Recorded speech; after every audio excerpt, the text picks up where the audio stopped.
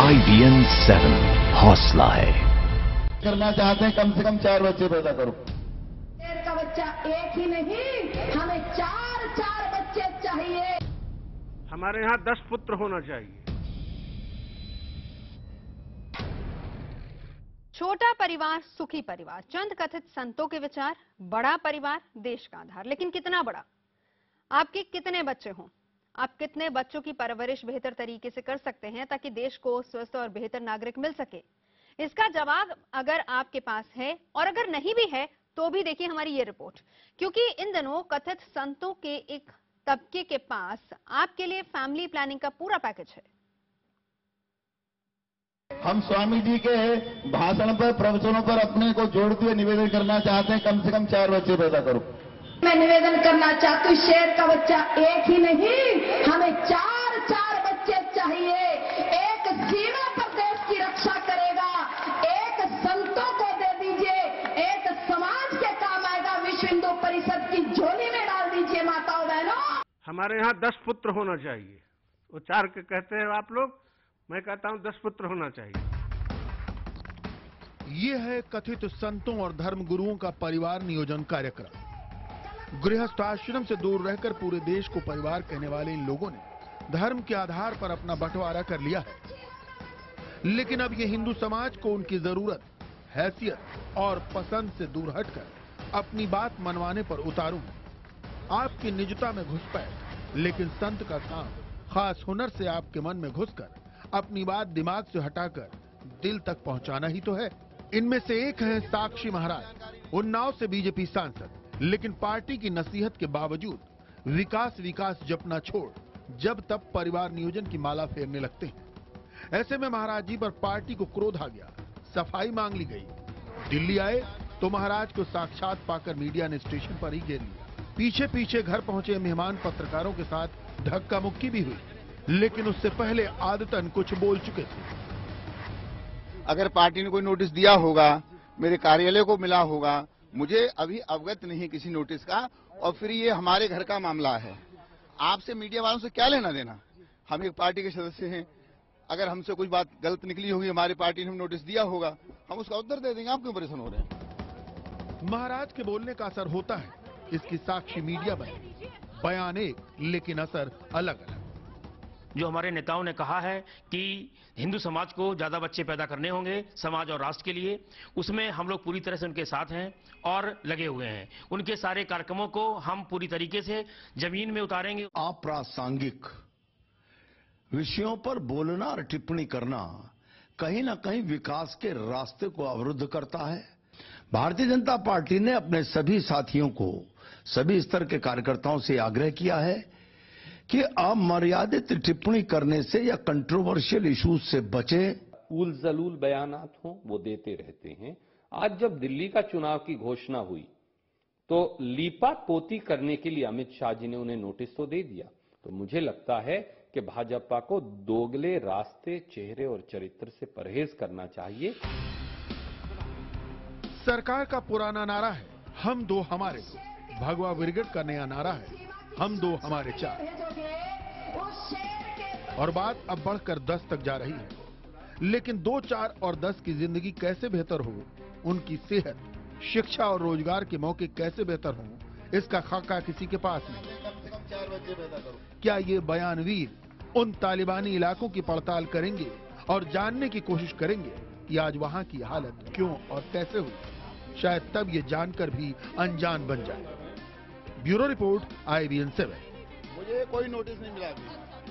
तो संतों का परिवार नियोजन कार्यक्रम यही है हमारा आज का मुद्दा, और इस पर बात करने के लिए हमारे साथ दिल्ली से मौजूद हैं बीजेपी के नेता सुधांशु मित्तल, अहमदाबाद से मौजूद हैं VHP के प्रवक्ता विजय शंकर तिवारी, मुंबई से मौजूद हैं कांग्रेस की प्रवक्ता प्रियंका चतुर्वेदी, और दोपहर का सामना के कार्यकारी संपादक हमारे साथ हैं प्रेम शुक्ला जी। इसके अलावा हमारे साथ मौजूद हैं स्टूडियो में गरीब नवाज फाउंडेशन के चेयरमैन मौलाना अंसार रजा, साथ ही साथ धर्मगुरु महामंडलेश्वर मार्तंडपुरी जी। मैं सबसे पहले सुधांशु जी आप ही के पास आना चाहूंगी। सरकार कहती है विकास, लेकिन सरकार के तमाम पार्टी से जुड़े या फिर संगठन से जुड़े जितने भी लोग हैं उनका रास्ता कुछ और है। आज आपने एक नोटिस तो दे दिया साक्षी महाराज को, लेकिन उसके बाद फिर से बहुत सारी आवाजें आ रही हैं कि हम दो, हमारे दो नहीं, हम दो, हमारे चार, कोई कह रहा है 10 बच्चे होने चाहिए। तो क्या बड़ा सवाल ये है कि क्या ये सरकार की कोई स्ट्रेटेजी है? अगर नहीं, क्योंकि ये विपक्ष आरोप लगा रहा है, और अगर नहीं तो क्या ये इन तमाम नेताओं के या धर्मगुरुओं के बड़बोले बोल कहे जाए?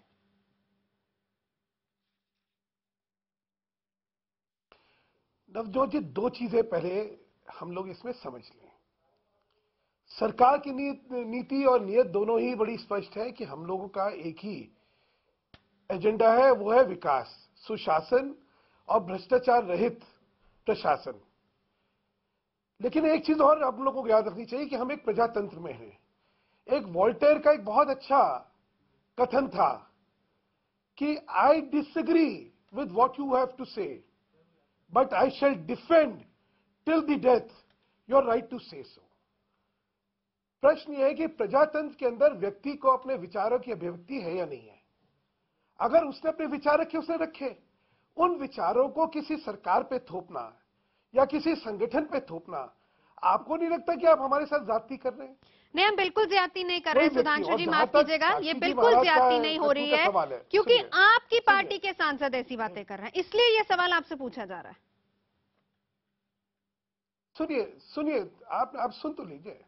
हमारे पार्टी के अगर किसी सांसद का कोई कथन जो उसका व्यक्तिगत कथन है, अगर वो होता है और पार्टी उस पे कहती है कि ये इस कथन से हम लोग इत्तेफाक नहीं रखते, तो उसके बाद आप कटघरे में खड़ा हमें करेंगे क्या? मैं आपको एक सिर्फ छोटा सा उदाहरण देना चाहता हूं। अभी मणिशंकर अय्यर जी ने कहा कि जो फ्रांस के अंदर आतंकवाद हुआ वो एक प्रतिक्रिया थी जो वहां पे हो रहा था मुसलमानों के साथ। अब एक मनोनीत सदस्य राज्यसभा का आतंकवाद को वहां पे बैठ के जस्टिफाई कर रहा है। सुधांशु तो जी, सुधांशु जी, 3 दिन पहले ये सवाल हमने कांग्रेस के तमाम नेताओं से भी किया था, जैसे आज मैं आपसे सवाल कर रही हूं, वैसे ही ये सेम क्वेश्चंस मैंने कांग्रेस के नेताओं से किए थे। दूसरा सवाल, आपने कहा कि आप कटघरे में खड़ा कर देंगे, सवाल पूछेंगे। सुधांशु जी, बड़ी साफ और स्पष्ट सी बात है कि वो जनता के नुमाइंदे हैं, इसलिए ये सवाल आप पर उठ रहे हैं। उनको जवाब देना है, उनकी जवाबदेही है, और आप ये जानते हैं बहुत अच्छे से कि अगर इस तरह के जो धार्मिक लोग होते हैं या फिर जो सांसद है कोई एक बात कहते हैं तो उनके फॉलोअर्स बहुत सारे होते हैं, तो उससे कहीं ना कहीं उन्माद की स्थिति पैदा होती, इसलिए सवाल आपसे किया जा रहा है। एक और चीज है इसमें नवजोत जी, इन सारे जो कितने व्यक्ति एक परिवार में कितने बच्चे पैदा हो कितने नहीं हो, इसमें अब धार्मिकता और किसी दूसरे धर्म के प्रति वैमनस्य का तो प्रश्न ही नहीं उठ रहा। अब तो यह है कि भाई अपने धर्म, एक धार्मिक सोच वाले लोग कहते हैं कि नहीं, एक बच्चा जो है आपको देश के लिए देना चाहिए, एक वहां। तो मैंने कहा ना कि व्यक्तिगत राय और व्यक्तिगत सोच की आजादी हर एक को है इस देश के अंदर। हम राय को और सोच को अगर रोकने की कोशिश करेंगे तो ये शायद प्रजातंत्र में हम अन्याय करेंगे। ठीक है। लेकिन जहां तक संगठन का सवाल है और जहां तक सरकार का सवाल है, उस राय से हम लोग बिल्कुल इत्तेफाक नहीं रखते। हमारा मानना है कि ये राय जो है उनकी व्यक्तिगत राय है, हमारी ऐसी कोई राय नहीं है। इस देश के अंदर प्रजातंत्र में उनको अपनी बात कहने का तो हक होगा, लेकिन इस समय राष्ट्रीय प्राथमिकता यह है कि यहाँ पे जो हमारी पॉपुलेशन है उसके ऊपर नियंत्रण रहे, ताकि देश जो है समृद्धि की ओर अग्रसर हो सके। ठीक है, तो हमारा स्पष्ट राय है इसमें कहीं दो राय नहीं है हमारी। ठीक है, आपने अपना स्टैंड क्लियर कर दिया। बीजेपी का स्टैंड हमेशा से यही रहा है कि हमारा विकास का एजेंडा और हम इसी पर चलेंगे। लेकिन बड़ा सवाल ये भी है कि भाई अगर इस तरह के लोग बातें ऐसी करेंगे, हम दो, हमारे 4 या 10 बच्चे होने चाहिए, 40 बच्चों की इजाजत भी होती है, इस तरह का आरोप लग रहा है, तो फिर आखिर विकास के ऊपर क्या इसका असर होगा या नहीं? क्योंकि इकोनॉमिक्स का बेसिक सा एक फंडा, एक थ्योरी है कि पॉपुलेशन अगर ज्यादा होगी तो डेवलपमेंट पर असर होगा। प्रियंका चतुर्वेदी,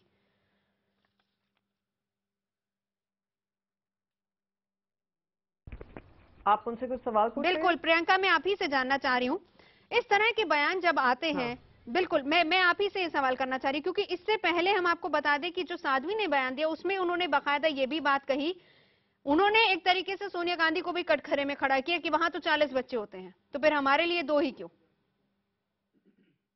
नहीं, इतनी शर्मनाक बात है कि एक उसको उस चीज को बंद करने की बजाय, इस तरीके की बयानबाजी को बंद होने के बजाय हम देख रहे हैं कि किस तरीके से साक्षी महाराज अपनी बातों को जस्टिफाई कर रहे हैं। आज भी वो कह रहे हैं कि उनको किसी तरीके का नोटिस नहीं मिला है।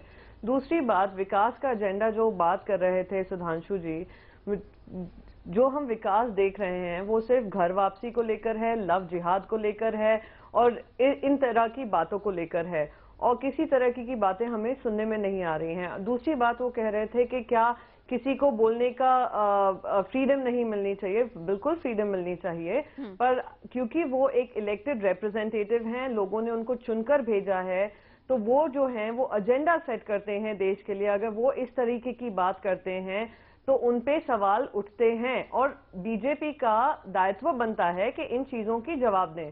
तीसरी बात करूंगी कि एक नोटिस देना ही एक्शन लेने का मतलब नहीं हुआ या लगाम लगाने का मतलब नहीं हुआ। जब एक्शन लिया जाएगा साक्षी महाराज पे, साक्षी महाराज ने इससे पहले भी गोडसे को लेकर बात कही थी। बहुत सरप्राइजिंग है कि गोडसे की बात पे भी इन्होंने नोटिस नहीं दिया इनको, इस बात पे वो नोटिस दे रहे हैं। हो सकता है क्योंकि इलेक्शन सामने आ रहे हैं दिल्ली में, वो कुछ दिखाने की कोशिश कर रहे हो। दूसरी चीज ये भी है कि उत्तर प्रदेश में अभी कैंटोनमेंट में इलेक्शंस हुए हैं, किस तरीके से बीजेपी हर सीट लूज की है, तो एक दिखाता है, एक स्टेप दिखाता है कि अगर इस तरीके की बात करते रहे, इस तरीके की एजेंडा सेटिंग होती रही तो ये इनका हार होने निश्चित है। तीसरी बात मैं यहाँ पे कहूंगी, उन्होंने मणिशंकर अय्यर जी की बात कही। मैं उनको पहले ही बता दूं सुधांशु जी को कि हमारी कांग्रेस प्रेसिडेंट ने सबसे पहले ही अपने प्रेस रिलीज में ये जो टेरर अटैक्स हुए थे पेरिस में, उसको लेकर अटैक किया था। उसके बाद हमारे कांग्रेस में से कोई भी कुछ भी कह ले तो उसका तो कोई क्रेडिबिलिटी ही नहीं रहती। हमारी यही तो बात वो कह रहे हैं सुधांशु जी भी तो यही बात कह रहे हैं। अब आपने यहाँ पर ये बात उठाई है कि एक नोटिस देने से कुछ नहीं होता। एक मिनट प्रियंका, एक मिनट, आप मुझे सवाल खत्म करने दीजिए। सुधांशु जी पर आपने ये आरोप लगाया है कि आपने एक सिर्फ नोटिस दे दिया कि इतने भर से बात खत्म हो जाती है। वही बात फिर आप पर भी लागू होती है कि अगर मणिशंकर अय्यर ने ये बात कही है तो आपकी तरफ से भी तो एक्शन नहीं लिया गया। वो भी तो एक इतने बड़े नेता रहे हैं, मिनिस्टर रहे हैं, नुमाइंदे जनता के। नहीं, मैंने तो बहुत क्लियरली कह दिया कि किसी के बात के मायने ही नहीं रखते हैं। जब हमारे कांग्रेस प्रेसिडेंट ने बहुत क्लियरली प्रेस रिलीज में अपनी टिप्पणी दी थी इस बात को लेकर, टेरर अटैक्स को लेकर, और उनकी क्या कांग्रेस की क्या स्टैंडिंग है टेररिज्म को लेकर। तो आप लोग अगर किसी का मुद्दा बनाएंगे वो आप लोगों के ऊपर है। दूसरी चीज मैं अमित शाह को लेकर कहूंगी, अमित शाह की बात बाद में, प्रियंका अमित शाह की बात बाद में, सुधांशु जी इसका जवाब दे दीजिए। प्रियंका आऊंगी आपके पास, सुधांशु जी जवाब दे दीजिए। एक हिंदी का शेर है कि मेरा खून तो खून और तुम्हारा खून पानी। अगर कांग्रेस अध्यक्षा कहे तो बाकी किसी की कोई बात का अर्थ ही नहीं है। और जब हमारे यहाँ प्रधानमंत्री कहे तो नहीं साक्षी महाराज ने कह सका या साधी प्राची ने कह सका, तो दोहरे मापदंड ना रखिए। कम से कम एक मापदंड से अगर चीजों की बहस होगी तो शायद सार्थक बहस होगी। और आखिरी में मैं एक चीज कहना चाहता हूं, प्रियंका जी, दिल्ली में हम 5 सीट जीत के कैंटोनमेंट बोर्ड जीते हैं।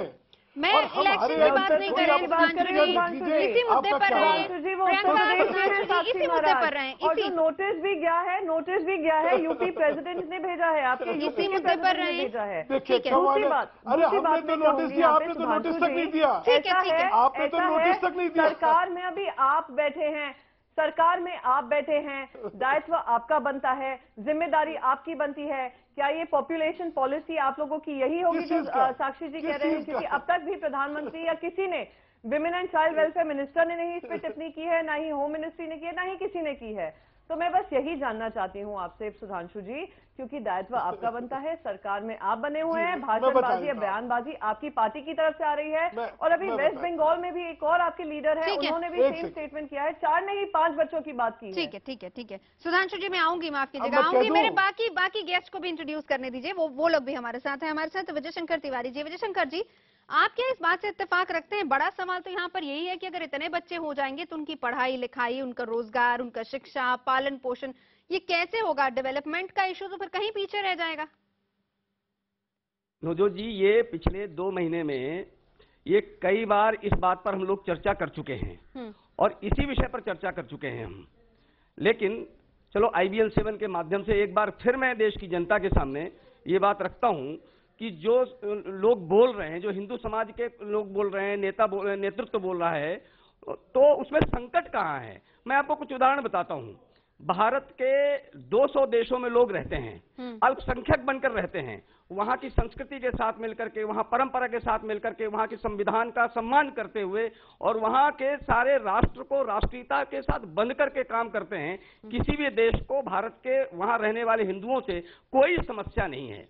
लेकिन जो संकट भारत में दिखाई पड़ रहा है, आप कश्मीर को देख लीजिए। कश्मीर में हिंदू घटा और घटते ही वहां हिंदुओं को भगाया गया, और जो लोग नहीं भागे उनको सब कुछ छोड़कर भागना पड़ा। बच्चे पैदा करने मेरी से एक बार पूछ, नहीं, आप ये बताइए ना, उनका मैं आपकी पालन बात पोषण पर कौन आता हूं, करेगा? मैं आपकी बात पर आता हूं भाई, वो डेवलप्ड कंट्रीज है, ये जो भारत है, हिंदुस्तान डेवलपिंग कंट्री है, वो डेवलप्ड कंट्री है जहां पर रहते हैं लोग। जी, मैं आपकी बात पे आ रहा हूं। पूरा पूर्वोत्तर के 5 प्रदेश नवजोत जी इस समय 10% हिंदू रह गए हैं, वहां पर सारे हिंदू भाग रहे हैं, और ऐसा संकट देश में खड़ा हो रहा है। और कहते हैं कि जिसको चोट पड़ती है वो चिल्लाता है, जिसको चोट नहीं पड़ती वो आराम से सहलाता है, देखता है, मजाक उड़ाता है। तो हिंदू समाज को इस समय वास्तव में चोट पड़ रही है, उसको कष्ट हो रहा है, वो अपनी बात बोल रहा है, और इस बात को लेकर चर्चा करने का कोई विषय नहीं, संकट नहीं है। लेकिन मैं दूसरी बात बोलता हूं, आप कहते हैं विकास की बात करते हैं। अभी एक बार बात हम कहते हैं कि भारत में इतने नौजवान हैं, और भारत में सर्वथा सबसे ज्यादा कामगार लोग हैं, सबसे अधिक नौजवान हाथ हैं, इससे देश का विकास होगा। तो विकास रुकता कहां है जनसंख्या से? इससे तो देश का विकास बढ़ने वाला है। चीन ने करके दिखा दिया है। ठीक है, मैं महामंडेश्वर मार्तनपुरी जी हमारे साथ हैं। ये बताएं कि धर्म गुरुओं की स्टेटमेंट से आप इत्तेफाक रखते हैं? क्या हिंदू धर्म या फिर बच्चे ज्यादा पैदा करने से क्या ज्यादा विस्तार हो जाएगा इस धर्म का, या फिर लोगों का ज्यादा विस्तार हो जाएगा? देखिए, पहले तो ये समझ लीजिए कि ये हो क्यों रहा है। राजनीति का आज का उद्देश्य केवल कुर्सी तक पहुंचना है, और वह किसी भी माध्यम से। और राजनीति आज मुद्दों को जिंदा रखने में विश्वास करती है, समाप्त करने में विश्वास नहीं रखती। भाजपा के नेता जो कुछ भी कह रहे हैं, राजनीतिक जो भी उनका हो, लेकिन आबादी के संतुलन पर अवश्य गंभीरता से चर्चा होनी चाहिए। और हम कैसे मान लें, देश कैसे मान ले कि जो भाजपा हिंदुत्व के आंदोलन पर खड़ी हुई है वो इसको नहीं मानेगी। मैं नहीं समझता भाजपा जैसी अनुशासित पार्टी के भीतर जो कुछ ही हो रहा है यह अनायास हो रहा है। और आज सबसे बड़ा मुद्दा, विकास से बड़ा मुद्दा यह है कि देश का आबादी का असंतुलन नहीं बढ़ना चाहिए। इस पर राजनीति से परे होकर के सारे दलों, असंतुलन से भी थोड़ा इसको भी क्लियर कर दीजिए। असंतुलन जो आप असंतुलन का सीधे क्लियर है कि यह परिवार नियोजन या संख्या केवल हिंदू समाज पर ही क्यों लागू हो। संत की बात नहीं है। संत धर्म का कार्य अनुशासन करना है, राजनीति का कार्य शासन करना है, और इस पर गंभीरता से, क्योंकि बिना असंतुलन को दूर किए हुए कोई विकास संभव नहीं है। इसलिए इस पर गंभीरता, यह गंभीर विषय है।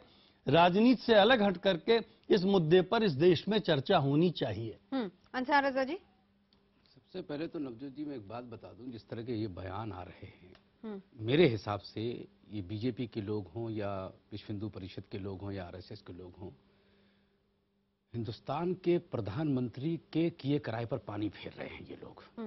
आज परसों हम लोगों ने देखा कि 100 देशों के लोग हमारे मुल्क में जमा थे। क्या मैसेज लेकर के वो लोग गए हैं इस मुल्क से, कितना नाम ऊंचा हमारे भारत का मोहतरम नरेंद्र मोदी साहब ने किया है, और ये लोग इस तरह की बयानबाजी करके क्यों नरेंद्र मोदी साहब के किए कराए पर पानी फेर रहे हैं। दूसरा सवाल, जहां तक बच्चे पैदा करने का सवाल है, कौन कितने बच्चे पैदा कर रहे, इसी हिंदुस्तान में हमें जहां तक याद हो रहा है कि पार्लियामेंट में एक बहस चली थी कि 2 बच्चों के बाद अगर किसी के बाद तीसरा बच्चा होगा तो चुनाव लड़ने का परमिशन नहीं होगा। अब साक्षी महाराज ने जो 4 बच्चों का परमिशन, जो मशवरा दे रहे हैं, जरा साक्षी महाराज से ही पूछ लिया जाए कि उन्होंने कितने बच्चे, उनके खुद के कितने बच्चे हैं। सवाल तो बहुत सारे हमारे साबिक प्रधानमंत्री पर भी उठ सकते हैं, हमारे मौजूदा प्रधानमंत्री पर भी उठ सकते हैं, अगर इस तरह की बातें ये लोग करेंगे। मैं नहीं चाहता हूं कि हिंदुस्तान का माहौल इस मामले में किसी भी तरीके से किसी ऐसे मोड़ पर आकर के खड़ा हो जाए जहां दूसरे लोग हमारे ऊपर उंगली उठाने लगे। मैं एक मशवरा दूंगा आपके चैनल के माध्यम से, क्योंकि बहुत दानिश्वर लोग यहाँ बैठे। सुधांशु मित्तल जी पता नहीं किस बात पर हंस रहे हैं, मेरी तो आज तक समझ में नहीं आया। वो जो भी बात करते हैं इतनी हंसी में ले जाते हैं जैसे कोई गंभीर लोग यहाँ नहीं बैठे हुए हैं। जिस तरह से उन्होंने हंसी में जवाब उनका दिया है, मेरी समझ सुधांशु मित्तल साहब, प्रियंका चतुर्वेदी का वो जिनको भी कह रहे थे, जिस हिसाब से वो हंस रहे थे, मेरी समझ में हंसी नहीं आई उनकी। मैं सिर्फ उनसे इतना कहना चाहता हूं कि आप बुजुर्ग आदमी हैं, आप संजीदगी से बात किया करें, बात उस हिसाब से करें कि हम लोगों की समझ में आए कि आप कुछ अच्छा बोल रहे हैं। ठीक है, ठीक है, ठीक है। सुधांशु जी, मैं आऊंगी आपके पास। प्रेम शुक्ला जी हमारे साथ मौजूद है। प्रेम शुक्ला जी, यहाँ पर महामंडलेश्वर मार्तंडपुरी जी ने एक बात कही कि असंतुलन जो हो रहा है, मैं आपसे एक जानना चाहूंगी, क्योंकि आप पत्रकार भी हैं और उससे जुड़े हुए हैं, ये बताएं कि कहीं आपको असंतुलन दिखता है?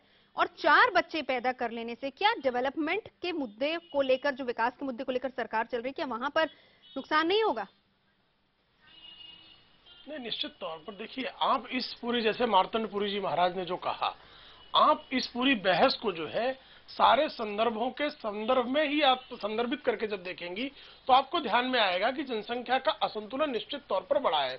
आप देखिए अल्पसंख्यकों की आबादी इस देश में 1947 में क्या थी और 2014 में क्या है, बहुसंख्यकों की आबादी क्यों घट रही है, और परिवार नियोजन का सिद्धांत जो है और समान नागरिक कानून, ये एक समुदाय विशेष के लोग क्यों मानने के लिए तैयार नहीं है। और उस समुदाय, जब से हम समान नागरिक कानून की बात करते हैं, जैसे परिवार नियोजन की बात करते हैं, तब उनका मजहब क्यों आड़े आ जाता है। जब आप कोई क्रिया करेंगे तो उसकी प्रतिक्रिया स्वाभाविक तौर पर समाज में दिखाई देगी। इसलिए जिन लोगों ने गृहस्थ आश्रम छोड़कर संन्यास आश्रम ग्रहण कर लिया है, ऐसे लोगों को भी चिंता हो रही है। और इस चिंता को सिर्फ आप जो है सांप्रदायिकता का आरोप लगाकर या किसी को अतिवादी कहकर आप अगर फेंक देने वाले हैं तो समस्या का समाधान नहीं हो जाएगा। समस्या का यदि आप समाधान करना चाहते हैं तो इसमें व्यापक बहस करें, सारे जितने भी इसमें स्टेक होल्डर्स हैं सबको शामिल करें और उसका निदान कैसे हो सकता है। आज आप देखें यूरोप में ऐसे भी देश हैं जिन्होंने जनसंख्या बढ़ाने वालों को रिवार्ड देना शुरू किया है। इवन चीन में जहां पर एक बच्चा पैदा करने का नियम बनाया गया, आज वहां जब बूढ़े बहुत हो गए हैं और जवान आबादी नहीं रह गई है तो वहां फिर से जो है परिवार नियोजन के कार्यक्रमों में परिवर्तन को लेकर विमर्श प्रारंभ हुआ है। और हमारे यहाँ अगर कोई संत इस बात को कह दे, कोई नेता इस बात को कह दे, तो तत्काल उसको काट खाने के लिए हम सारे बौद्धिक जो दौड़ पड़ रहे हैं, ये दुखद स्थिति है। आप व्यापक विमर्श करें, उसमें जिसका दोष है उसको दोष को भी रेखांकित करें कि भाई आप ये बात गलत कर रहे हैं, इसको इस तरह से करें। ब्रेक लेना है प्रेम शुक्ला जी। प्रियंका, मैं आऊंगी आपके पास, आपसे भी जवाब लूंगी। यहाँ पर किसी ने क्या कहा, ठीक है, उसमें आपत्ति नहीं, लेकिन बड़ा सवाल जो मैं आप सभी से जानना चाहती हूँ वो ये कि क्या ये हर किसी के पर्सनल, क्या ये निजता का उल्लंघन नहीं, क्या हम किसी के पर्सनल डिसीजन पे ये बात नहीं छोड़ सकते? आप यहाँ पर अपनी राय दे रहे हैं, आप अपनी राय रखिए, लेकिन उसको मानना ना मानना, क्योंकि हर कोई अपनी हैसियत के हिसाब से ही आगे बढ़ता है, क्योंकि यहाँ पर बच्चे की शिक्षा, उसका लालन पालन पोषण, वो सब चीज जरूरी है। क्या आप अफोर्ड कर सकते हैं? नहीं, क्या ये उन्हीं पर, परिवारों पर नहीं छोड़ देना चाहिए? करना चाहते हैं कम से कम 4 बच्चे पैदा करो। एक का बच्चा एक ही नहीं, हमें 4 बच्चे चाहिए। हमारे यहाँ 10 पुत्र होना चाहिए। तो संतों का परिवार नियोजन, इसी पर हम आज चर्चा कर रहे हैं। तमाम खास मेहमान हमारे साथ हैं। विजय शंकर जी, मैं आपके पास आना चाहूंगी। आपने कहा कि ऐसा होना चाहिए, इसमें गलत कुछ नहीं। मेरा सवाल आपसे है, ऐसे दुनिया में बहुत सारे एग्जाम्पल भी आपको मिल जाएंगे, आप ऐसे बहुत सारे देशों के एग्जाम्पल उठाकर देख लीजिए जो कि ज्यादा डेवलप्ड नहीं है, डेवलपिंग स्टेज में है, लेकिन वहां पर आबादी जब इतनी ज्यादा हुई तो उनका हश्र क्या हुआ वो भी हमारे सामने है।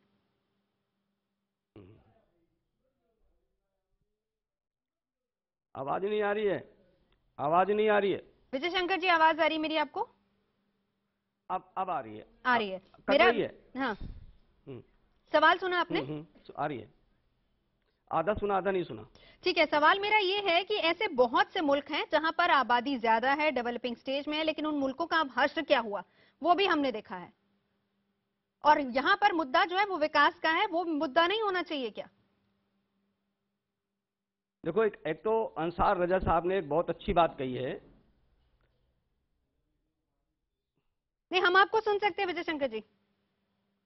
हाँ, अंसार रजा साहब ने बहुत अच्छी बात कही है कि भारत के विकास के लिए मोदी जी प्रयास कर रहे हैं, देश के प्रधानमंत्री प्रयास कर रहे हैं और हम सब लोगों को उनकी बात माननी चाहिए। ये बिल्कुल बहुत अच्छी बात कही है। तो साथ में मैं उनसे एक निवेदन और कर देता हूं कि वो एक सारे समाज से एक बात कहें कि भाई देश में ये जनसंख्या न बढ़े और जनसंख्या न बढ़ने के लिए एक देश में कानून ऐसा है कि सब लोग उसकी मान्यता करें। एक समान नागरिक कानून देश में लाना चाहिए और ये सबसे अपील करते हैं ये कि भाई सब लोग इसका पालन करें और देश के विकास में इसकी बहुत बड़ी संभावना है और बहुत योगदान रहेगा। शंकर जी, तो मुझे लगता है कि जी आप एक बात बताइए। जी मैं इधर सुधांशु जी, प्रियंका दोनों के पास आऊंगी, बस अंसार जी का रिएक्शन। एक बात मुझे आप बता दीजिए कि किसी एक हमारे धर्मगुरु का, हमारे मजहब का कोई एक आदमी का इस तरह का बयान दिखा दीजिए या कोई ऐसा स्टेटमेंट दिखा दीजिए जिसमें यह हो रहा हो कि हमने किसी को मशवरा दिया हो कि आप 6-6, 7-7, 10-10 बच्चे पैदा करो। और दूसरा, जो पंडित जी हम उनकी इज्जत करते हैं, बहुत बुजुर्ग आदमी थे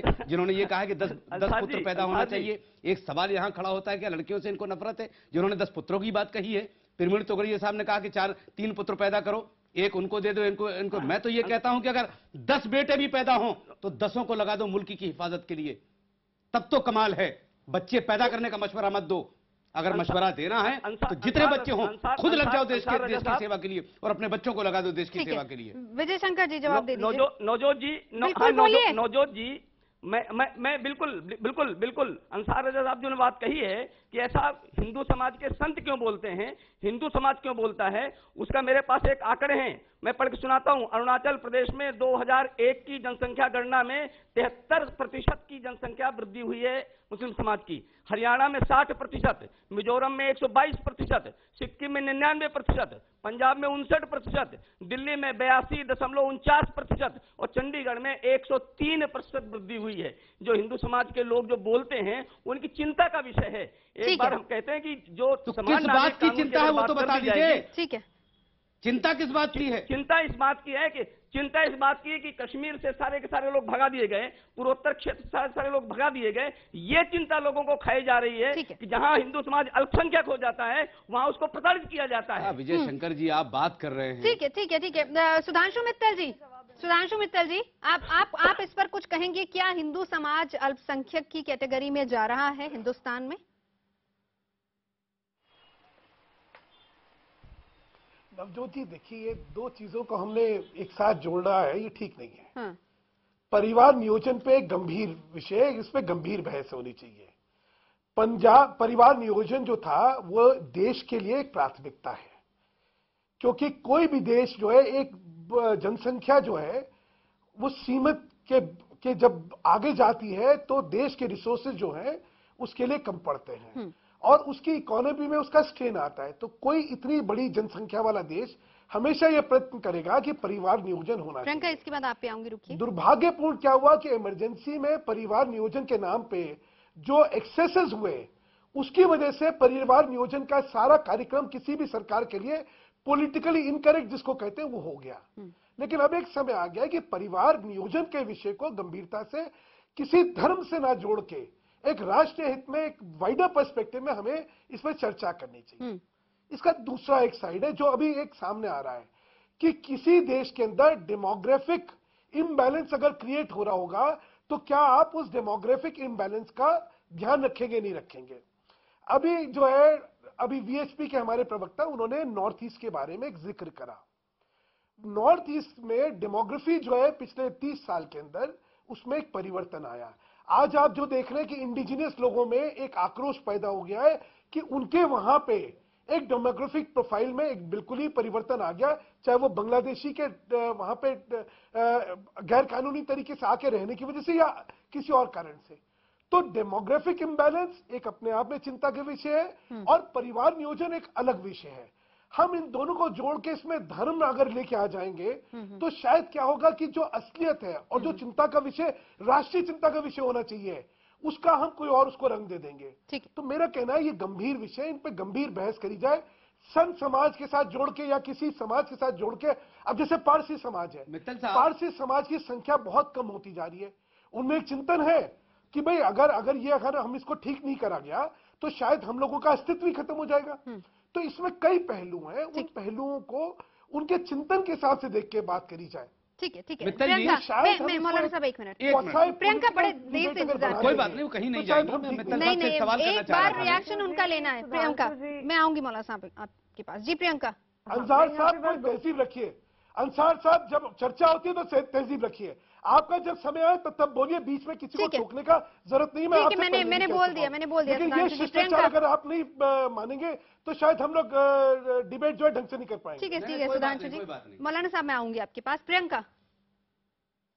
सुधांशु जी की बात, उन्होंने कहा कि रिलीजन को देखकर नहीं करना चाहिए। यहाँ पे कहीं भी मैं रिलीजन को लेकर बात नहीं कर रही थी। मैं यहाँ पे 2-3 चीजें कहना चाहूंगी। बिल्कुल रिलीजन से हटकर हमें इस बारे में बात करनी चाहिए, पर 2-3 चीजें आती हैं। जब आप विकास की बात करते हैं प्रधानमंत्री जी, तो किस तरीके का विकास की बात विश्व हिंदू परिषद कर रही है या बीजेपी कर रही है इस समय पर? वो बात कर रहे हैं 4 बच्चे बढ़ाने की, 5 बच्चे बढ़ाने की। पॉपुलेशन पॉलिसी की आप बात करते हैं, तो अगर पॉलिसी बदलाव लाना है, प्रेम शुक्ला जी कह रहे थे सारे स्टेक होल्डर्स को लाना चाहिए, तो सारे स्टेक होल्डर्स को लाने का जिम्मेदारी किसकी है? भारतीय जनता पार्टी की है। उसको प्रायोरिटी दें, ना कि इस तरीके की जो बयानबाजी हो रही है उसको बढ़ावा दें। दूसरी चीज मैं कहूंगी, मैं विश्व हिंदू परिषद के जो प्रवक्ता हैं उनकी बात सुन रही थी, उन्होंने कश्मीर के बारे में बात कही। मैं उनसे पूछना चाहती हूं कि विश्व हिंदू परिषद, भारतीय जनता पार्टी क्योंकि अब सरकार में है, आपका हिंदू एजेंडा है, जो भी आपका एजेंडा है आप बात कर रहे हैं, तो आप में से कितने लोग गए हैं कश्मीरी पंडित की रिहैबिलिटेशन की बात करने को, या आप लोगों ने उस संदर्भ में काम किया होगा? आप लोगों का काम बन गया है और विश्व हिंदू परिषद, बजरंग दल और भारतीय जनता पार्टी की चुप्पी से ये आप लोगों का काम बन गया है कि हिंदुओं में आप फियर मॉन्गरिंग कर रहे हैं। सेंसस पार्टियों का घटता हुआ पॉपुलेशन बता रहा है, ना कि हिंदुओं का घटता हुआ पॉपुलेशन। आज भी हमारे में विजय शंकर जी, ठीक है प्रियंका, दोनों लोग रिएक्शन देना चाह रहे हैं। मैं सुधांशु जी आती हूँ, रुकिए विजय शंकर जी। सुधांशु मित्तल जी, विजय शंकर जी जवाब दे दीजिए, मैं सुधांशु जी के पास जाऊंगी उसके बाद। लोग हिंदू निकाले गए हैं, वो जो जम्मू में रह रहे हैं, उनकी सेवा करने वाले अधिकतर लोग संघ के और विश्व हिंदू परिषद के और हिंदू लोग हैं, और उनके वही लोग उनकी चिंता कर रहे हैं। और ये जो लोग प्रश्न कर रही हैं, ये लोग दूर बैठ करके तमाशा देखती हैं। ठीक है सुधांशु जी। आपको बड़ी आग लग गई विश्व हिंदू परिषद का नाम लेते ही। आपने क्या किया है रिहैबिलिटेशन को लेकर? ठीक है। अच्छा मैं बोल दूं ना प्रियंका जी। प्रियंका जी अब मेरी बारी है। प्रियंका जी अब मेरी बारी है। आपने अपनी बात रखी, हमें अपनी बात रख लेने दीजिए। प्रियंका जी जब आप ये बात करती हैं तो ये भी एक सत्य है कि जम्मू कश्मीर में कश्मीर वैली से हिंदुओं की क्लिंजिंग हुई। ये ऐतिहासिक सत्य है। वहां की सारी हिंदू जनसंख्या जो थी उसको वहां से छोड़ना पड़ गया। वहां के हालात ऐसे बना दिए गए, उनको छोड़ना कर दिया। अब एथनिक क्लिंजिंग जो है वो एक इतना गंभीर विषय है, और उसमें आपकी सरकार का आचरण जो था उसके बारे में जितना निंदा करी जाए उतनी कम है, कि उस चीज को रोकने की जगह आप लोग तुष्टीकरण की राजनीति करते रहे। लेकिन अब उसकी सजा आपको जनता ने दे दी, तो मैं उस विषय में क्यों जाऊं। मैं सिर्फ जो विषय है उसको दोबारा कहना चाहता हूं कि जब भी किसी राज्य की या किसी प्रदेश की या किसी क्षेत्र की डेमोग्राफी के अंदर कहीं परिवर्तन होता है तो वहां पे चिंता का विषय बन जाता है कि किसी एक खास समुदाय की अगर जनसंख्या जो है वहां से कम कर दी जाती है या दूसरे की अस्वाभाविक तौर से बढ़ा दी जाती है, तो एक ये चिंता का विषय होगा और इस पे गंभीरता से बहस होनी चाहिए। उस पर आप सांप्रदायिकता के दृष्टिकोण से बहस करेंगे या राजनीतिक में ब्राउनी पॉइंट स्कोर करने से बहस करेंगे तो देश का हित नहीं होने वाला है। ठीक है। राष्ट्रीय हित की चीजें हैं, राष्ट्रीय चिंतन की चीजें, जिनको ज्यादा गंभीरता से अगर बात करेंगे तो अच्छा रहेगा। ठीक है महामंडेश्वर जी, ये बताएं कि ठीक है यहाँ पर तमाम धर्मगुरु और सभी लोग इस तरह की राय तो रख रहे हैं, लेकिन आपको ऐसा नहीं लगता कि हर किसी के अपने डिसीजन पे इसको छोड़ देना चाहिए और उनको ये राय देने के बजाय लोगों के डिसीजन पे छोड़ दें? अगर वो हैसियत रखते हैं 2 बच्चों की तो ठीक है, वो उतने पैदा करेंगे। अगर उनको लगता है कि उनके परिवार के हिसाब से 3 है तो 3, ये सब अपना पर्सनल डिसीजन होना चाहिए। आदरणीय, अगर हर व्यक्ति इतना चेतन हो तो नेतृत्व की भी आवश्यकता नहीं, गुरु की भी आवश्यकता नहीं, संत की भी आवश्यकता नहीं, कहीं तो मार्गदर्शक की आवश्यकता है। आप इंडिपेंडेंट अपना निर्णय सारे नहीं ले सकते, एक चेतना की आवश्यकता होती है और आज इस चेतना की बहुत आवश्यकता है। और देश जहां पर खड़ा है, मैं बार बार एक ही निवेदन कर रहा हूं सभी दलों से हाथ जोड़ करके कि राजनीतिक दलों की एक मुश्किल है कि वो राजनीतिक अपने बाहर नहीं निकल पाते और उनकी स्वतंत्र चेतना का हनन होता है। ये इतना बड़ा विषय है, यह राष्ट्र के संकट का विषय है, भारत के संकट का विषय है। इस पर दलों से ऊपर उठ करके गंभीरता से चर्चा होनी चाहिए। मैं संतों का न विरोध कर रहा हूं न समर्थन कर रहा हूं, लेकिन यह जरूर कर रहा हूं कि जो डेमोग्राफी है, जो हिंदू की संख्या कम हो रही है, इस पर विचार होना चाहिए पार्टी से ऊपर उठकर। ठीक है, करना चाहते हैं कम से कम 4 बच्चे पैदा करो। शेर का बच्चा एक ही नहीं, हमें 4 बच्चे चाहिए। हमारे यहाँ 10 पुत्र होना चाहिए। तो चलिए, वक्त की कमी में जल्दी से एक रिएक्शन प्रेम शुक्ला जी से ले लेती हूँ। प्रेम शुक्ला जी, ये बताएं कि क्या धर्म के आधार पर इस तरीके से बयानबाजी देना, देश को बांटना सही है या नहीं? संक्षेप में बताइएगा, वक्त की कमी है। नहीं, जैसे भी मौलाना अंसार रजा साहब ने कहा कि कभी भी मुसलमानों के एक धर्मगुरु का, भाई इमाम बुखारी 1975 में क्या कह रहे थे? जब परिवार नियोजन का कार्यक्रम आया तब सबसे पहले विरोध परिवार नियोजन का वो इस्लामी मौलानाओं की तरफ से शुरू हुआ। आप जो है, जब एक संविधान है, एक विधान है, तो कृपया सारे नागरिकों के लिए, वो चाहे जिस जाति के हो, चाहे जिस धर्म के हो, सब पर लागू करें। आप एक को छूट दे देंगे और दूसरे के लिए कानून बनाएंगे तो प्रक्रिया होगी, और वो प्रक्रिया होगी। प्रेम शुक्ला जी, 1975 में मैं तो पैदा भी नहीं हुआ था जब उन्होंने बयान दिया था। उसके बाद का कोई बयान अगर आया हो तो बताइए, उनकी सुनता कौन है जिसका आप नाम ले रहे हैं? नहीं, उनकी सुनता कौन है जिसका आप नाम ले रहे हैं? नहीं, लेकिन देखिए, जिस ओहदे से बात आई है वहाँ से वो यहाँ पर भी वही ओहदे जहाँ से की बात कर रहे है हैं मैडम। नहीं, देखिए, यहाँ से भी, यहाँ पर भी वही ओहदे जहाँ से बात आती है। फॉलोअर्स उतने ही होते हैं। ये आप कह रहे हैं आप नहीं सुनते हैं, लेकिन उस वक्त उनकी भी बहुत लोगों ने सुनी। उनकी सुना होगा, लेकिन अमल कितने लोगों ने किया उनकी बात पर, ये भी तो देखिए आप। ये तो आंकड़ा बताएगा जनसंख्या का। आंकड़ा तो आप खुद इंटरनेट को सर्च कर लीजिए, अमल किया है। आंकड़े बताने के लिए तमाम लोग हैं। विजय शंकर जी ने अपने हाथ में रखे आंकड़े बताए। जी ने कहां से आंकड़े निकाले मेरी समझ में नहीं आया। आप तो गूगल सर्च कीजिए, सारे आंकड़े पड़े हुए हैं, वो देख लीजिए। जी प्रेम शुक्ला जी, वक्त की कमी है, कॉफी का सिर्फ बात नहीं,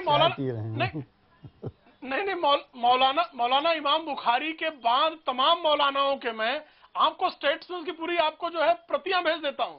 तमाम मौलानाओं ने बारंबार, जब भी समान नागरिक कानून की बात आई, जब परिवार नियोजन की बात आई, तो मौलानाओं ने कहा कि हमारी धार्मिक आजादी पर आप जो है प्रहार कर रहे हैं। औलाद तो अल्लाह की देन है, आप रोकने वाले कौन है? और एक दो नहीं, 50 मौलानाओं के बयान में आपको। प्रेम शुक्ला जी, वो बात, तो ये जो है ये दोषपूर्ण है। मैं आपको बताता हूँ, ये बात उस जमाने की नहीं है। अहमद बुखारी से उसका पर बराबर लागू होना चाहिए। बिल्कुल बिल्कुल। ठीक है, आखिरी रिएक्शन सुधांशु मित्तल जी। एक नवजोत जी आखिरी मैं कहता हूं, मौलाना साहब जो है यहाँ पे ठोक बजा के कहें कि परिवार नियोजन जो है हर एक को करना चाहिए, चाहे वो मुसलमान हो चाहे हिंदू हो। इस देश में इस समय ये जरूरत है कि यहाँ पे जनसंख्या पे नियंत्रण हो, और इसलिए ये अपने समाज से जो है अपील करें कि परिवार नियोजन होना चाहिए। बहुत अच्छा लगेगा, देश हित में जो है हम तो ये बड़ा कार्य होगा और इनकी बड़ी साहब बिल्कुल। मैं आपकी बात का तायद कर, मैं तो ये कह रहा हूं कि अपनी हैसियत के मुताबिक औलाद पैदा करें, ना तो किसी मौलाना की सुने ना किसी पंडित जी की सुने। जितनी हैसियत उनकी है उतनी वो परवरिश कर सकते हैं, उतनी वो करें। इसके मतलब वो उनकी अपनी मर्जी है, वो कितना उनके पास वक्त कहाँ है बच्चों के लिए अंबानी का नाम आप ले रहे हैं। तो अंबानी 1000 पैदा कर लें फिर तो आप अपने हिसाब से, अपनी हैसियत के हिसाब से आप पैदा करें। आप ना किसी पंडित की माने ना किसी मुल्ला की माने। आप बिल्कुल स्पष्ट बात करिए कि देश में 2 बच्चे होने चाहिए, करिए स्पष्ट बात। नहीं, मैंने क्या कहा आपसे? इसमें स्पष्टता और अनस्पष्टता की तो कोई बात ही नहीं।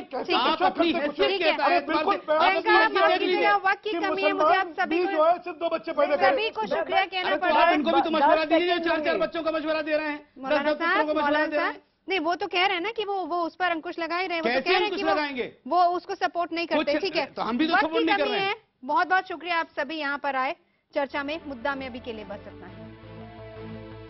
चाहते हैं कम से कम 4 बच्चे पैदा करो। शेर का बच्चा एक ही नहीं, हमें 4 बच्चे चाहिए। हमारे यहाँ 10 पुत्र होना चाहिए।